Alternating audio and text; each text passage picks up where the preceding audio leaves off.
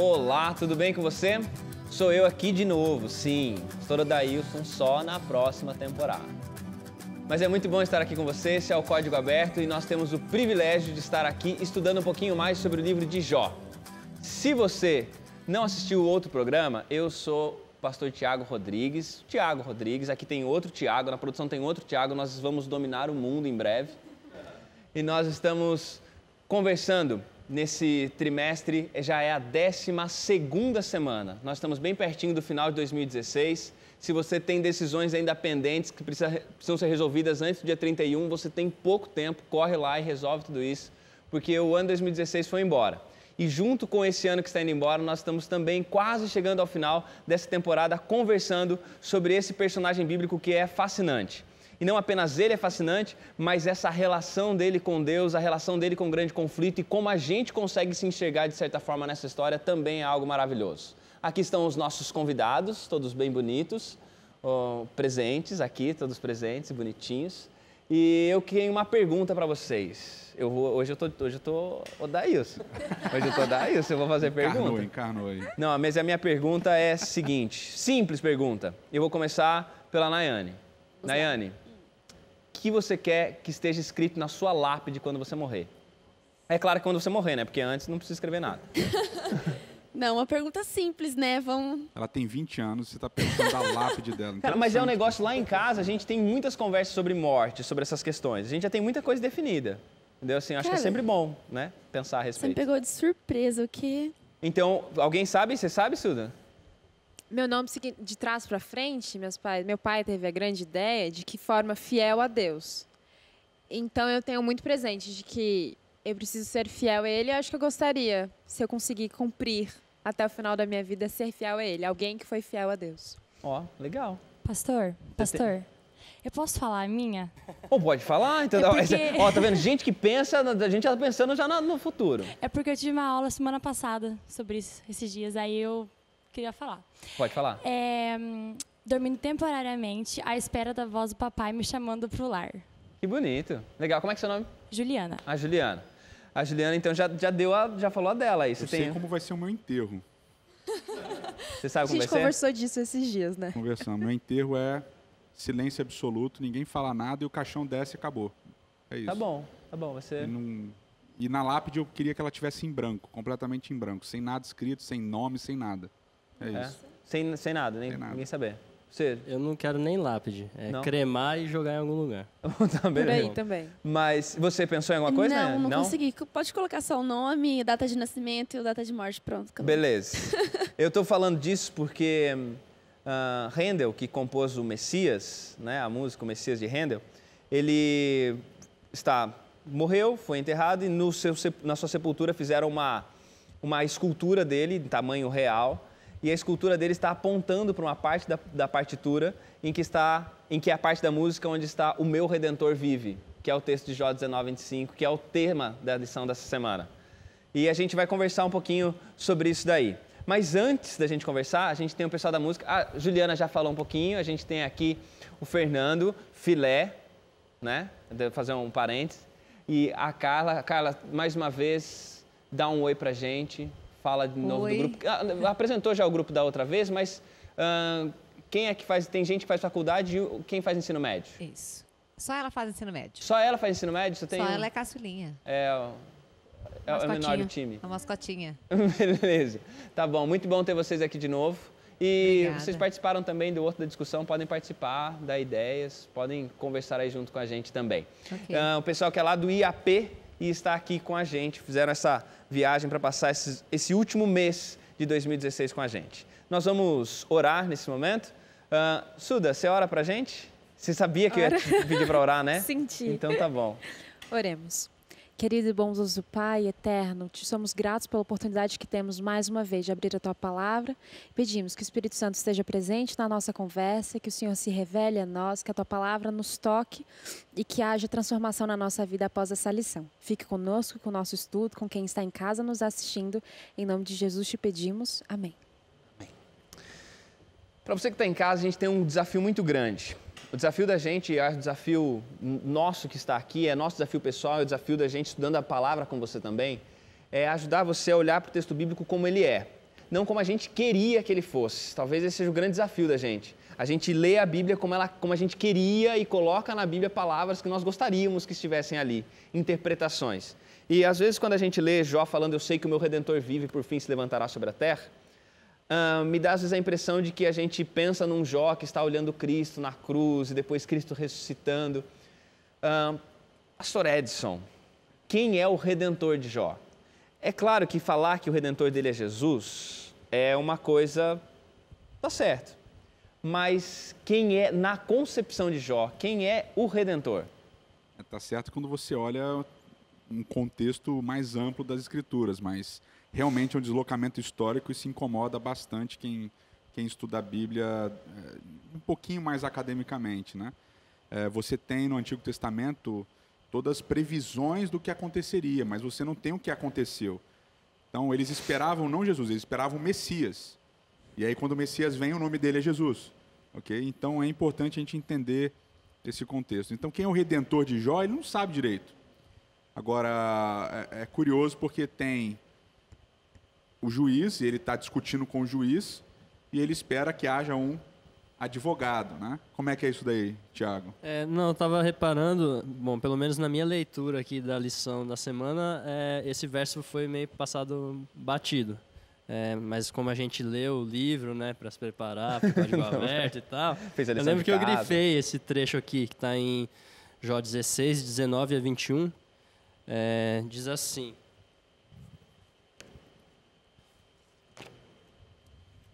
saibam que agora mesmo a minha testemunha está nos céus. Nas alturas está o meu advogado. O meu intercessor é meu amigo. Quando diante de Deus correm lágrimas dos meus olhos.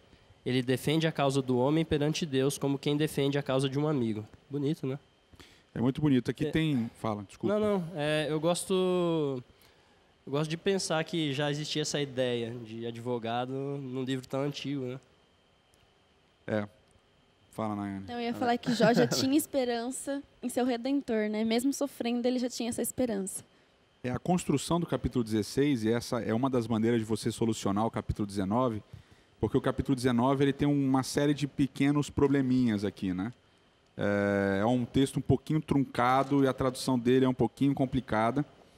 E, na verdade, uma boa parte dos teólogos vai argumentar que esse Redentor de Jó, no capítulo 19, é ele mesmo. Ele se considera o próprio Redentor dele.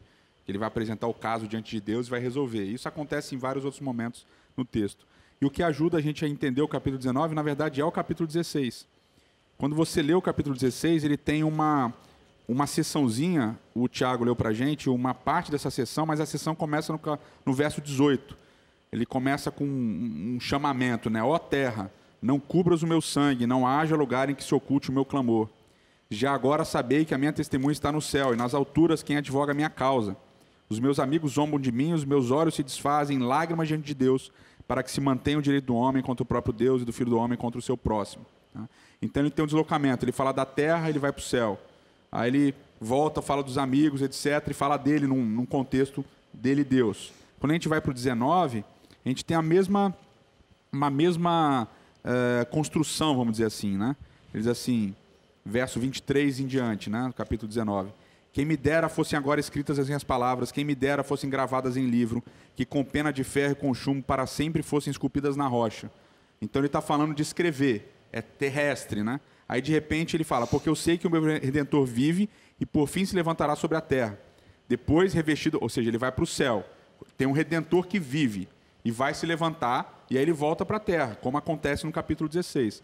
Ou seja, a ideia desse Redentor, Tiago Rodrigues, e Tiago Loucura, Tiago Rodrigues, a ideia desse Redentor no capítulo 19 está em paralelo com o capítulo 16, ou seja, a ideia é de um advogado, o que é bem interessante. Tem uma série de coisas acontecendo aqui, as palavras usadas são extremamente importantes. E isso é uma das coisas que também incomodam, né? Porque ele usa a palavra Goel, né? Goel, que vem do radical Gaal, que significa resgatar, etc. E a etimologia dessa palavra é bem difícil, porque ela não aparece em todas as línguas. Na verdade, o uso dela é basicamente um uso hebraico, tá? É basicamente um uso hebraico. Então, ela vai significar liberar, libertar, vai aparecer no Antigo Testamento em diversos momentos. Ela vai aparecer em paralelo com outras palavras.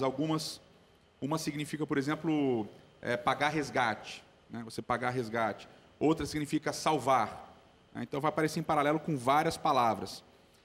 O uso dela também é um uso interessante, né? A primeira vez que ela vai aparecer, ela aparece várias vezes. Um dos contextos de uso dela é Levítico capítulo 25. Então, quando você abre lá Levítico capítulo 25, fala de manter o dicionário aqui, né? Fala de quando você entra em dificuldades financeiras, etc., e você vendia a sua terra, né? Vendia a sua terra. E aí, quando você vendia a sua terra, alguém vinha e pagava para você resgatar aquela terra, ou qualquer propriedade que você tivesse. Esse Goel ele também vai aparecer, por exemplo, no contexto de quando você é vendido como escravo e alguém vai lá e te resgata. E alguém da família, né? Alguém da família, tem que ser alguém próximo, né? E é isso, a gente tem o livro de Ruth, por exemplo. Que é o Boaz, ajuda. né? Exatamente. Então, Ruth está lá, o campo de Noemi não é mais dela, ela não tem onde plantar, não tem nada, como é que vai funcionar isso? Quem vai resgatar o campo?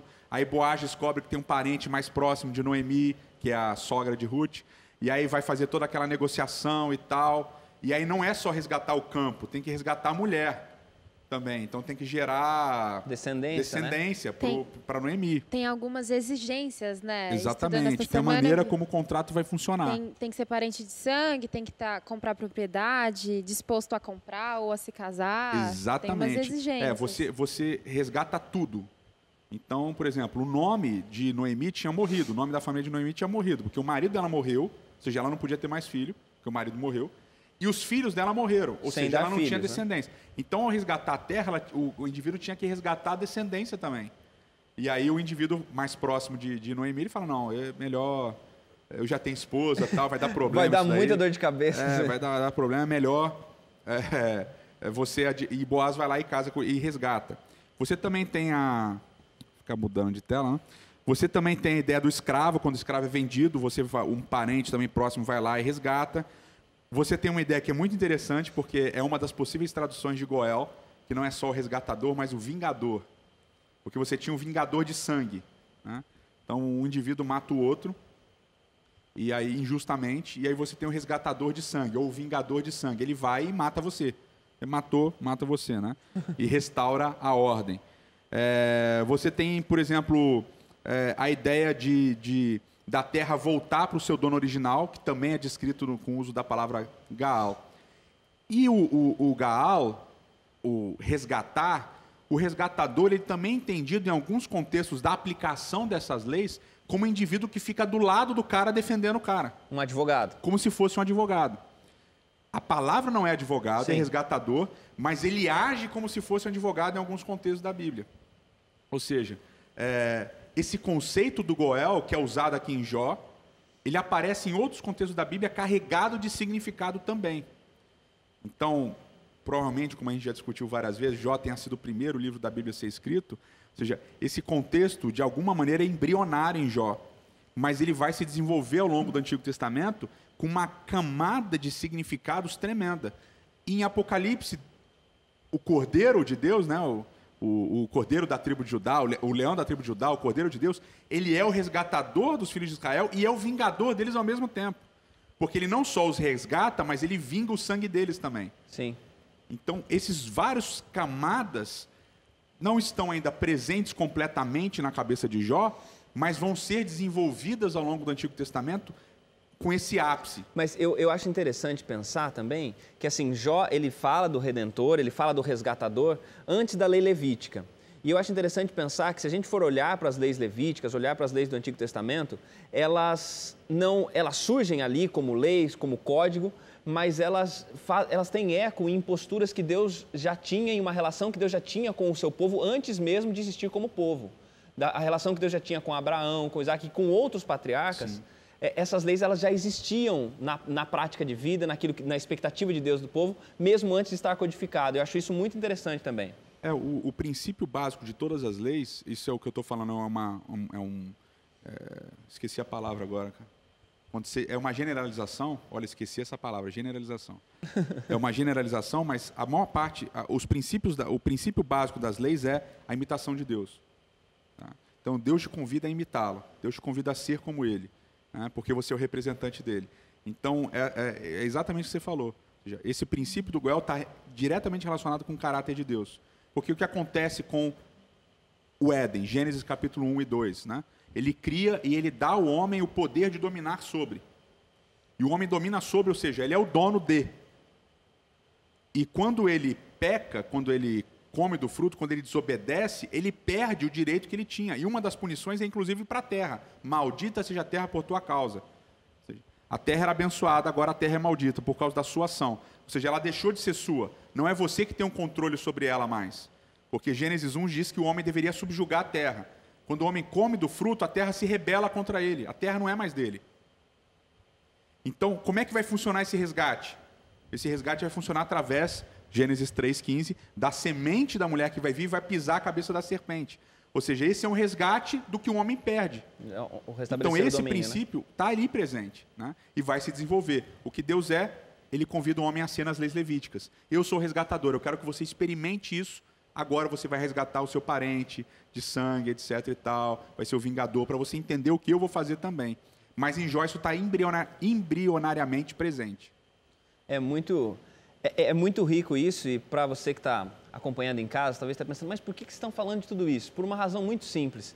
A gente precisa, é parte do nosso respeito à palavra, olhar para aquilo que Jó disse tentando reproduzir a visão do Jó, tentando reproduzir aquilo que Jó pensava, o pensamento dele, e não simplesmente a gente chegar aqui e tirar conclusões sem esse respeito ao texto. Esse Redentor de Jó, quando Jó fala aqui, eu sei que meu Redentor vive e por fim se levantará sobre a terra, é essa riqueza de um monte de compreensões que Jó tinha, né? De compreensões que o próprio Jó tinha, que depois vão se tornar mais claras na medida que Deus vai se desenvolvendo com o povo. Daqui a pouco a gente vai voltar para continuar conversando um pouquinho mais sobre o Redentor de Jó, que também é o meu Redentor, o seu Redentor, mas a gente ainda vai entender um pouquinho mais sobre essa relação de Jó com o Redentor. Fica aí, segura aí, pega o papel e caneta para continuar anotando todas as ideias e a gente volta daqui a pouquinho.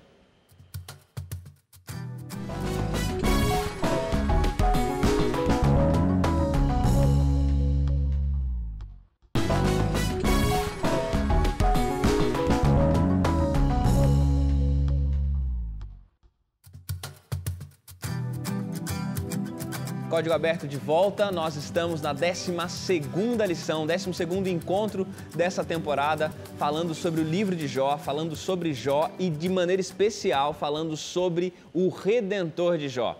A gente já conversou um bocado sobre isso no primeiro bloco e a gente vai continuar essa nossa conversa, tentando agora entender um pouquinho por que Deus se coloca nessa condição de Redentor. A gente tem, o próprio guia faz essa proposta de comparação entre o Criador e o Redentor. Na verdade, não é uma comparação, né? Ele liga esses dois conceitos. A resposta de Deus para Jó, no capítulo 38, é muito sobre, olha, onde você estava quando eu criei, quando eu fiz isso, quando eu fiz aquilo. Deus se coloca como Criador. E agora talvez é o nosso trabalho de ligar essas duas características. O Deus que cria é o Deus que redime, o Deus Criador e o Deus Redentor. Suda. Porque a Nayane, ela já tem algo para dizer, mas você, nos seus estudos, pensando nessa relação, por que o Deus que cria se sente, de certa forma, na necessidade de redimir também? Por que Deus simplesmente não cria, como a gente faz às vezes, né? A gente inventa coisas, o cara vai lá, abre uma empresa, a empresa começa a dar dinheiro, começa a dar problema, ele vê que vai ficar muito grande para ele mesmo, ele passa para frente e segue a vida.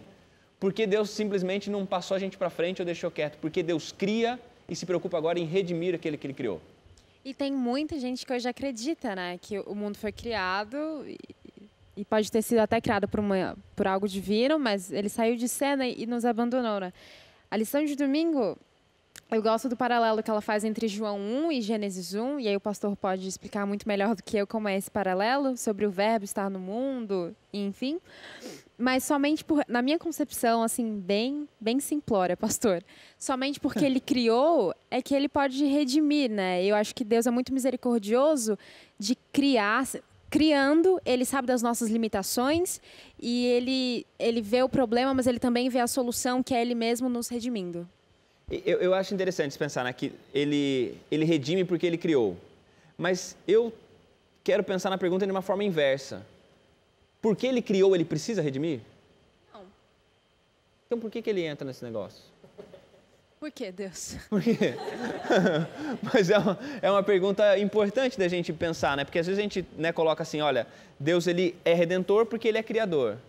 Mas de onde vem essa obrigação dele, que ele criou, ter que redimir? Antes do Edson, que está aí olhando para o céu, vir com uma resposta, ou antes do Thiago, Nayane, o que você pensa a respeito dessa relação? Um Deus criador e um Deus redentor?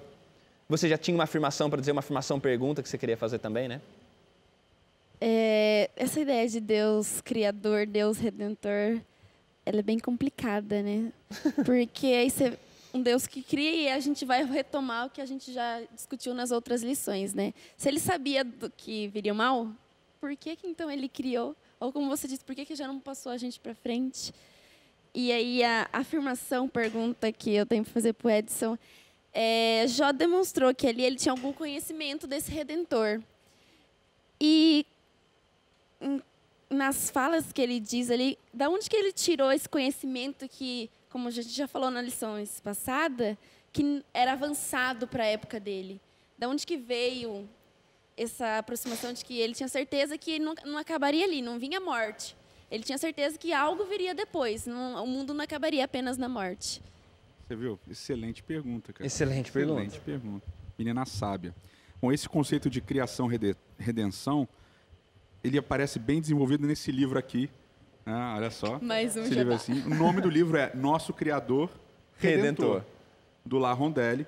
Tá? Se quiser, vai aparecer aí no GC. Thiago Chapolin vai colocar. No GC, você pode adquirir esse livro na Unasp Store. É um livro da Unaspres, a terceira margem do Rio. Excelente livro. Do La Rondelli. É o do La Rondelli. Excelente livro que explica exatamente essa relação. O que eu vou tentar fazer aqui é bem rápido, né, para não falar muito. Que isso? Mas é tentar resumir essas coisas. O conceito de criação e redenção conectado, ele está em Jó 19. Tá? E de uma maneira bem interessante, pelo uso de algumas palavras, como, por exemplo, a palavra nefesh, que é alma, né, ou vida. Então, ele começa dizendo, né, vamos lá no capítulo 19, verso 2, ele diz assim: até quando afligireis a minha nefesh e me quebrantareis com palavras? Até quando vocês vão atrás da minha alma, né? Vão acabar com a minha alma. E aí depois, lá a gente entende que os amigos de Jó estão afligindo a alma dele. Mas lá no capítulo 2, só para a gente ver um negócio curioso aqui, quando Deus está falando com Satanás, ele diz para Satanás o seguinte, versos 5 e 6. Estende, porém, a mão, toca-lhe os ossos e a carne, e verás que não blasfema contra ti na tua face, né? Satanás falando. Aí Deus responde, verso 6.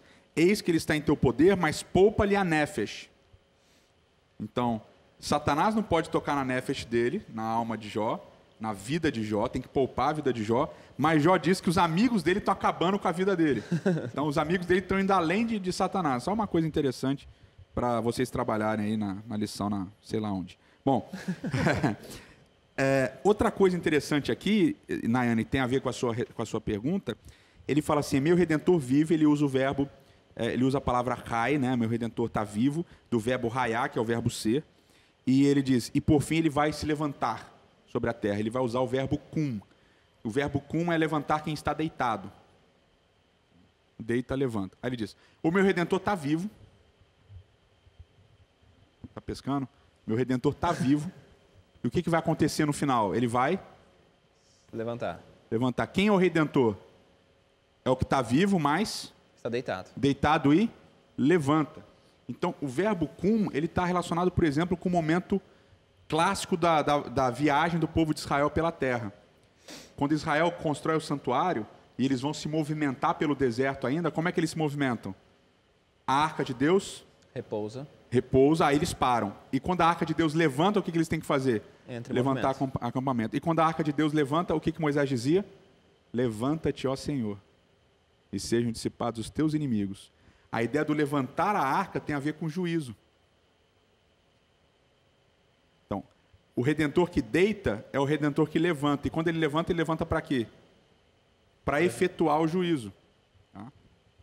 Por que isso tudo é importante? Você fez a pergunta para a Suda no início, a relação de criação e redenção. Essa relação de criação e redenção, ela aparece pela primeira vez com a ideia do sábado, que a gente já falou aqui, que é o verbo descansar.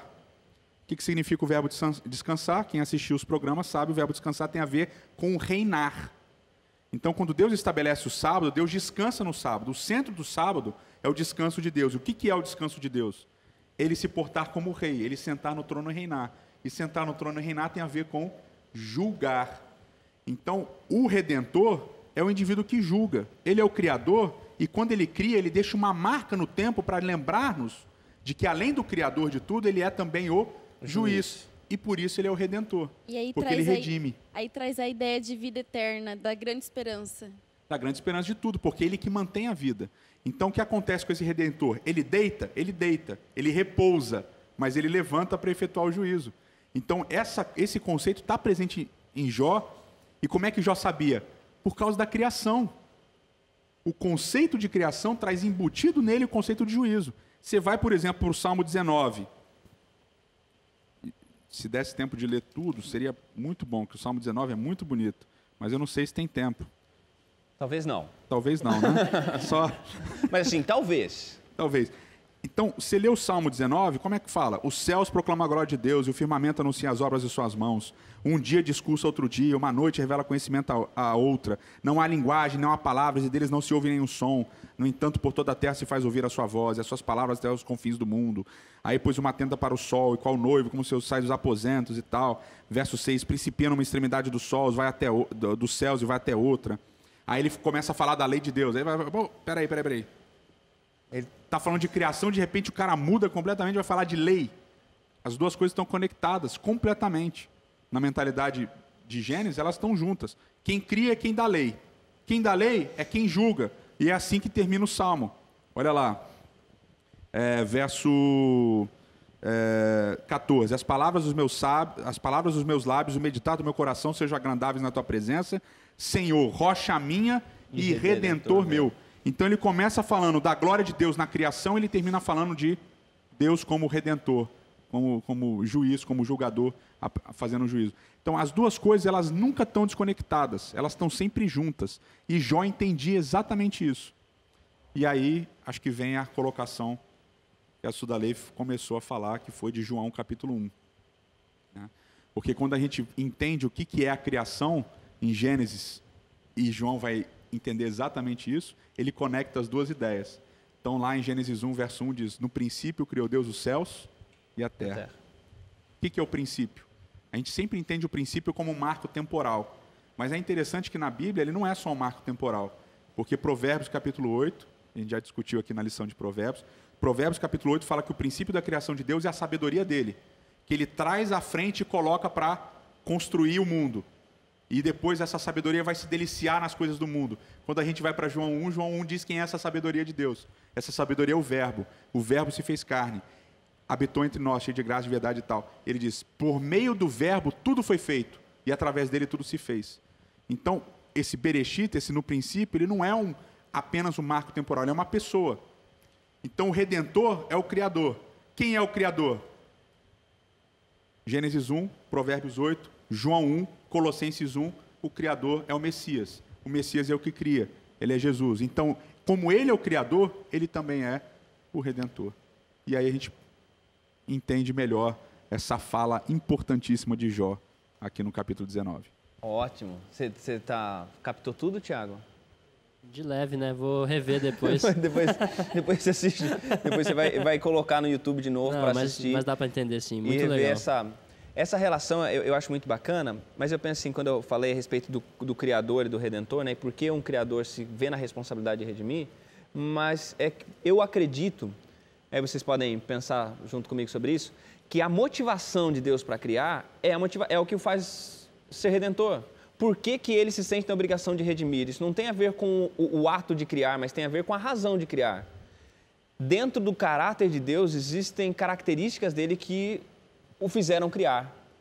E essas mesmas características o colocam na condição de redentor, fazem com que ele tenha que redimir também. É uma obrigação que é uma resposta ao caráter dele, é uma resposta a quem ele é.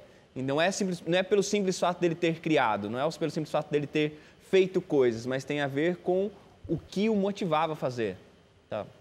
Faz sentido? O Edson falou em outras semanas anteriores aí sobre a aliança, né? Um tema que é caro para ele, assim, e tal. E no mecanismo da aliança tem sempre esse balanço de Deus pedindo algo para que os homens façam, e tem a bênção e tem a maldição. Só que sempre que existe a possibilidade de maldição, ele dá uma outra chance, e assim sucessivamente tal. Vários textos, né, indicam isso. Então, eu acho que é da natureza mesmo dessa aliança que ele se propôs a fazer com o homem, que veio dele e tal. Ele criou já com a aliança em mente, né? Eu entendo o que você quis dizer, Tiago Rodrigues. Mas você tem que chamar o bloco? Não, eu estou tranquilo. Estou tranquilo. Mas veja só, a razão por trás das ações é algo que não é explicitado no texto. O que a gente tem no texto é a ação. Sim. E uma ação é a outra. Entendeu? A ação de criar é ao mesmo tempo a ação de julgar e de redimir. Bom, essa é uma discordância que a gente tem, mas não tem problema. Ele não tem obrigação ele faz por vontade. Aí talvez esteja o último. Por que eu estou falando tudo isso? Que a gente tem essa... Eu já falei isso em outros programas, inclusive. Quanto mais ligado ao texto a gente fica, mais fácil a gente navegar sem ir para uma outra dimensão. A dimensão ele resgata porque ele cria. O resgate é a criação é o resgate, e as duas coisas estão juntas, elas não estão separadas, elas se encontram num dia, que é o sábado. Isso é mind-blowing, né? Explode a mente. Vocês conversando, eu lembrei que na lição da semana passada, na quarta-feira, tem uma frase sobre isso. Precisamente como Deus realizou a obra da criação, jamais ele o revelou ao homem. O seu poder de criador é tão incompreensível quanto a sua existência, quanto ao poder dele de ser redentor, o plano dele da salvação é tão incompreensível quanto, né? E eu acho bonito você falar a respeito da ideia das duas coisas serem a mesma, né? Da criação e redenção ser. Porque daí a gente pensa num Deus que, assim, ele não é um Deus de múltiplos papéis, né? É um Deus que é Deus, entendeu? E ele não é um Deus de múltiplos personagens, né? Ele é Deus, e como Deus ele vai lidar criando e redimindo, criando, redimindo e redimindo, criando. O caráter dele, a gente só entende pelas ações dele, e as ações dele é o que ele revela dele, e o que ele revela dele é o que é importante. Posso pegar carona no que a Suda falou? Eu tinha notado aqui no estudo... Suda, acho que tem. Tem tempo? Não, tem tempo. Jó 23, 13, né? Fala assim... mas ele é ele, se referindo a Deus, né? Mas ele é ele. Quem poderá fazer-lhe oposição? Ele faz o que quer. Ele é ele. É muito bacana pensar nessa suficiência de Deus. E na conversa de Jó com Deus, tem uma questão que surge, né? Porque assim, a gente está falando sempre aquela coisa, nós estamos lendo a história de Jó, tendo todas as outras histórias, a gente tem uma compreensão da própria história de Jó e da compreensão do que está acontecendo, que o próprio Jó não tinha, e aí nesse meio tempo, de um Jó que diz, eu tenho certeza que o meu Redentor vive, é o mesmo Jó que diz o seguinte, o senhor não é como eu, o senhor não sabe o que eu estou passando. E essa coisa também que dá até uma impressão quando a gente olha logo no começo, de um Deus injusto, né? Que tem um problema lá com Satanás e joga lá, ó, Jó, resolve aí. E essa distância e ao mesmo tempo um Jó que se vê dessa maneira, o senhor está com um problema e aí vem respingar em mim? O que a gente pode pensar sobre isso, né, a respeito da história de Jó é algo que a gente vai conversar daqui a pouco. Ayane, segura, já fica na posição, se estava na posição, mantém. Daqui a pouquinho a gente volta com o código aberto para o terceiro e último bloco. A gente volta com música e a gente volta pensando um pouquinho mais sobre isso.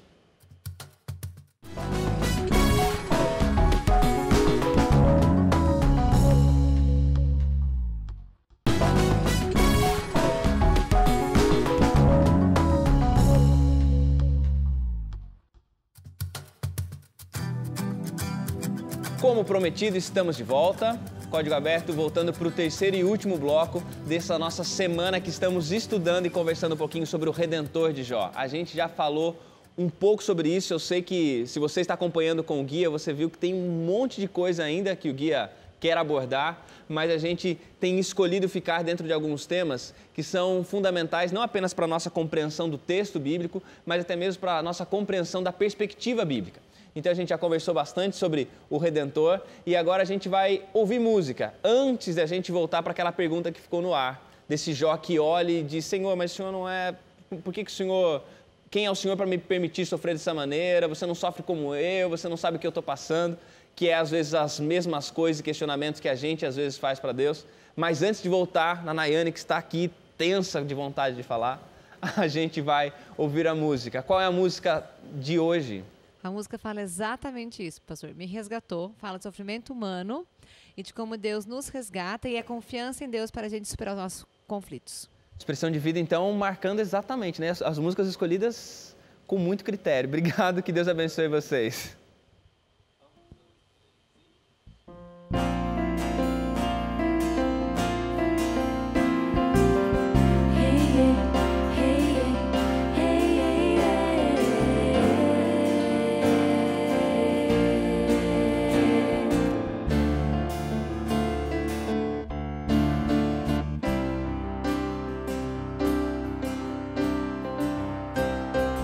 Nuvens no céu, quando em dias ruins é difícil pra mim ver a luz. Sinto temor, o que posso fazer? Esperar pelo amanhecer. Mas mesmo assim, quando a chuva parar, tu estás bem ali, onde possa encontrar. Ao olhar para o céu, ele volta a brilhar tão azul como as águas do mar. Posso ver a luz, posso ver teu olhar. Vejo a cruz que me resgatou, me resgatou, me resgatou.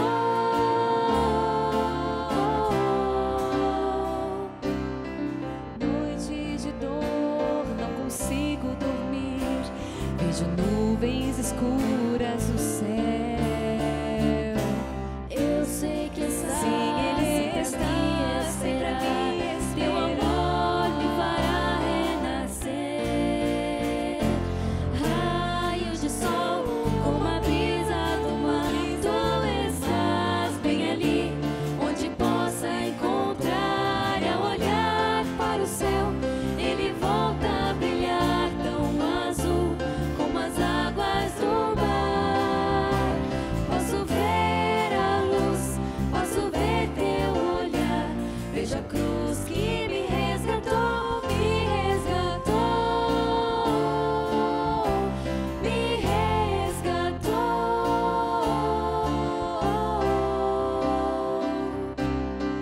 Tua promessa é fiel, a esperança que traz salvação.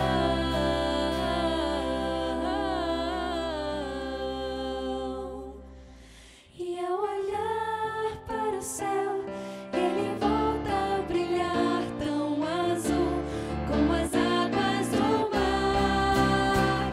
Posso ver a luz, posso ver teu olhar. Vejo a cruz de Jesus que me resgatou, me resgatou.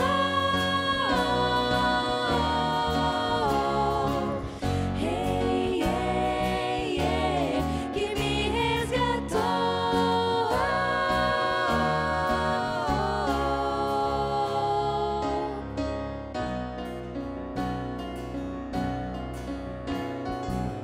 Hey, hey, hey, hey.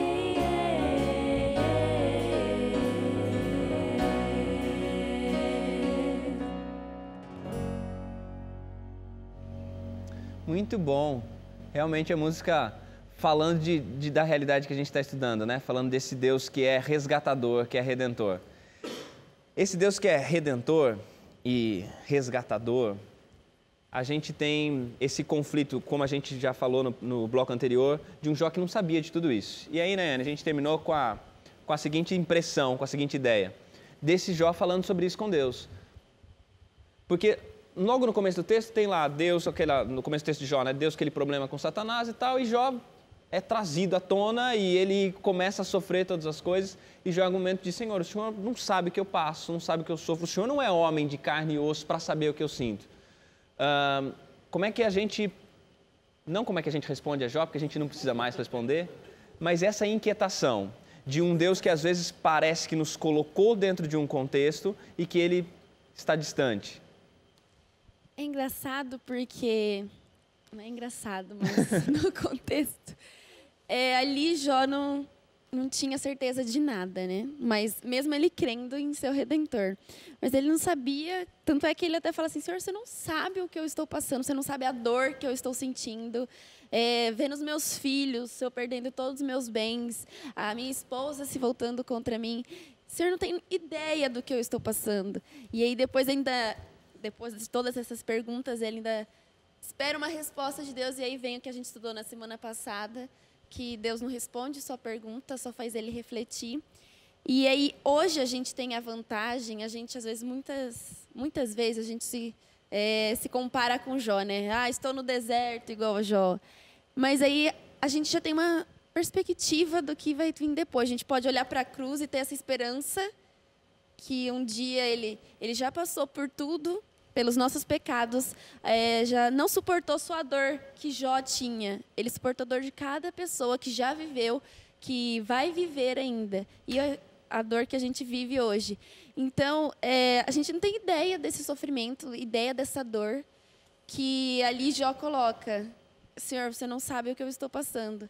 E hoje a gente não tem como falar isso, né? O Senhor não sabe a dor que eu estou passando. Realmente, a gente não sabe a dor que Ele passou, de todo o sofrimento que Ele teve lá na cruz, né? Eu também, isso me chamou a atenção durante o estudo dessa semana, porque quem é a gente para dar lição de sofrimento para Deus, que é exatamente essa pessoa, né, que sofreu não só as minhas, não só de Jó, mas as de todas nós. Só que a gente hoje já tem a compreensão que Jó não tinha na época, mas os nossos discursos com Deus ainda são os mesmos de Jó. Pai, cadê o Senhor? O Senhor não sabe o que eu estou passando, o Senhor não tem ideia do meu sofrimento. Só que esse era o discurso de alguém que não sabia o que foi a cruz, o que é o plano da redenção, não da maneira que a gente sabe hoje, mas a gente ainda se comporta muitas vezes como um Jó. A diferença é que a gente tem o que se basear, né? Chegou num ponto ótimo, né? Que é esse ponto da gente olhar para a Bíblia e a gente esquecer que a gente talvez tenha um pouquinho mais de...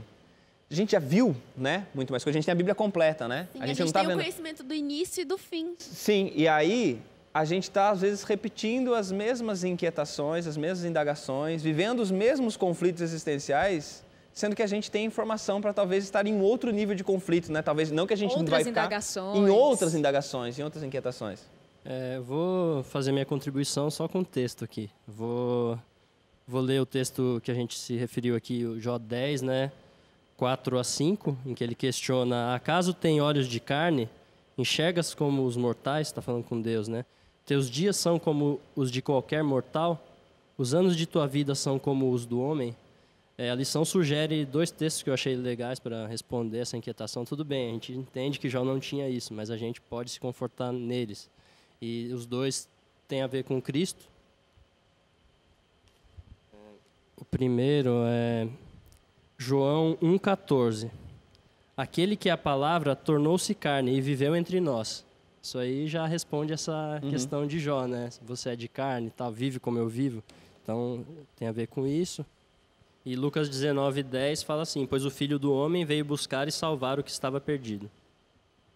É isso. Veio, né? A ideia de um Cristo que vem. Só um parêntese com o que o Tiago falou, ele se torna carne, e carne pecaminosa. Não é que ele se compara a Adão ou a Eva no tempo ainda do Éden. Ele se compara a mim, a você, muito pior do que apenas se tornar carne, né? Ele não para por aí.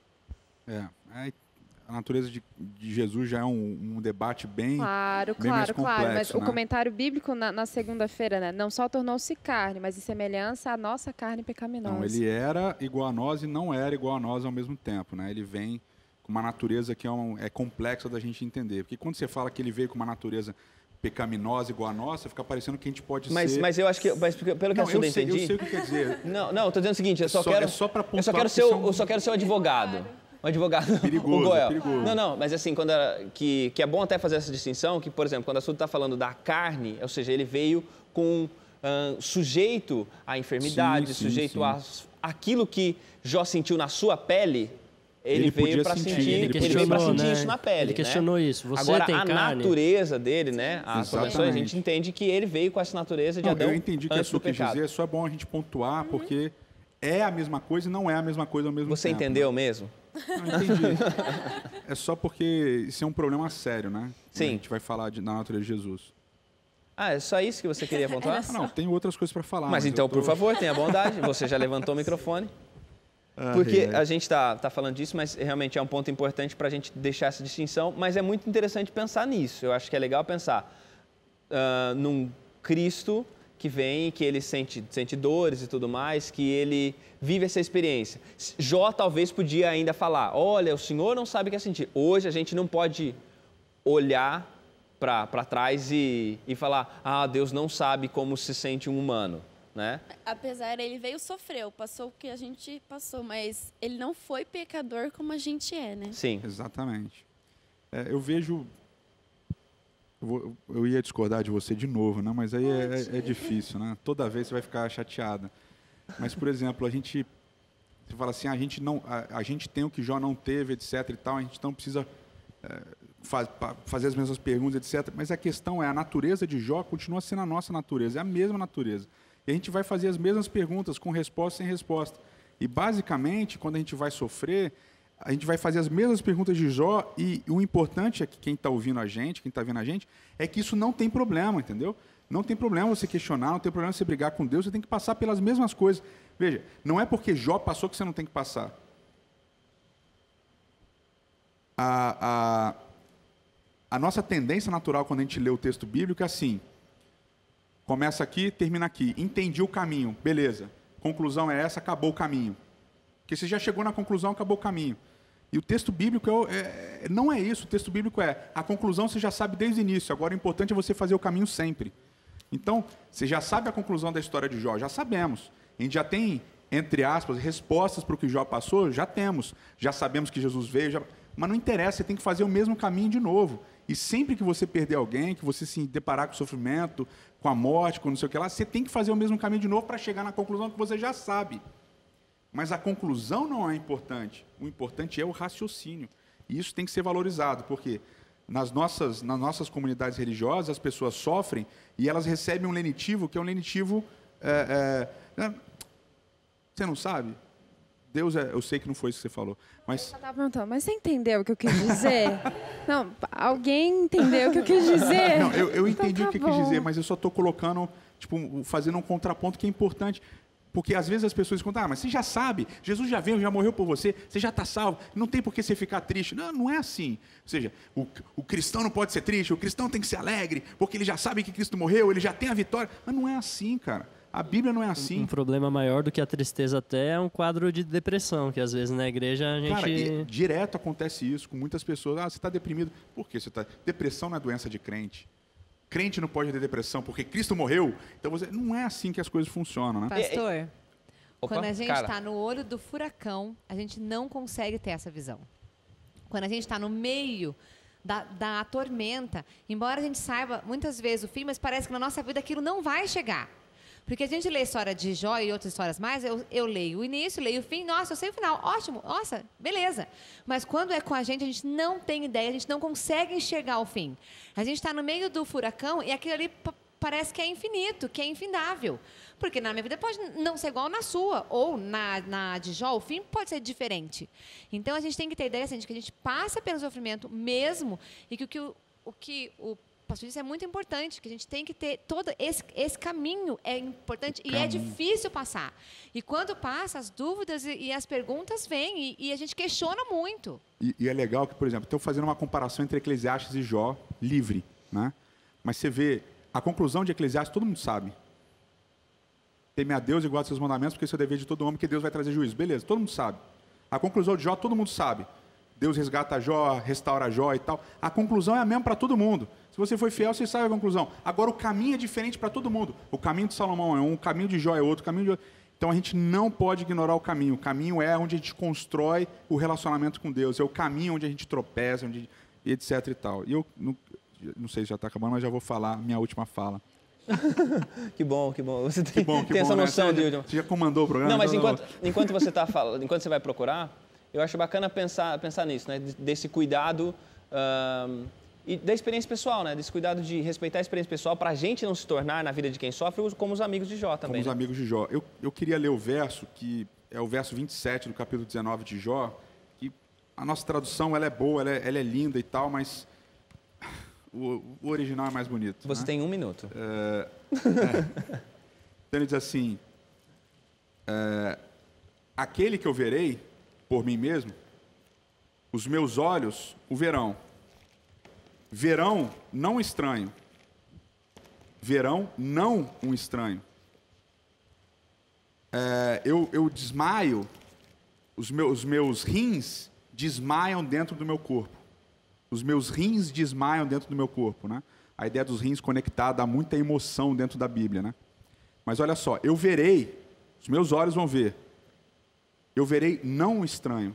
Que a nossa tradução diz, verei e não outros. Eu verei não um estranho. Então, Jó não sabia quem era o Redentor, não tinha essa visão de Jesus como o Redentor, mas ele sabia que não era um estranho. Cara, quão profundo é isso? Não era um estranho. Eu vou ver o meu Redentor, eu vou ver com os meus olhos, com a minha carne, ele não é estranho para mim. Esse cara que eu vou ver não é estranho para mim. Esse cara que vai me resgatar não é estranho para mim. Eu sei quem ele é. Ele é o que criou, ele é o que redime. Isso é demais. É muito bonito. É muito bonito pensar em tudo isso, é muito bonito pensar nesse tanto de coisa que a gente acabou de falar, nesse Deus que é Redentor. E você está aí. A gente está indo para o final do nosso estudo, a gente está indo para o final dessa temporada já, a gente tem apenas mais 2 encontros, mas desse encontro aqui, algumas certezas podem ficar. É a certeza de que o Redentor, ele se revela. Ele não é um Redentor distante, é um Redentor que se aproxima, é um Redentor que sabe daquilo que a gente vive, é um Redentor que assume para si a responsabilidade de lidar com as nossas frustrações, lidar com os nossos problemas. Pode ser que ele não lide com os seus problemas da maneira como você quer, mas ele é o Redentor. A confiança de Jó estava estabelecida sobre alguém que redime, sobre alguém que muda a sorte, sobre alguém que transforma as situações. Como, quando, o caminho que isso vai acontecer, isso é a responsabilidade dele. Uma coisa que a gente aprende na Bíblia é que quem se relaciona com Deus como Redentor precisa entender que é o Redentor que tem responsabilidade. Ruth permitiu-se estar sob a responsabilidade de Boaz. Jó permitiu-se estar sob a responsabilidade de Deus. Deus só pode salvar quem permite estar submisso a Ele e permite que Ele seja responsável por tudo. Que esse seja o seu desejo, que essa seja a sua oração e o seu compromisso. Eu quero um Deus que me redime, eu quero estar em um relacionamento com esse Deus que é Redentor e eu quero que Ele assuma a responsabilidade por tudo. A gente volta na semana que vem. Que Deus te abençoe.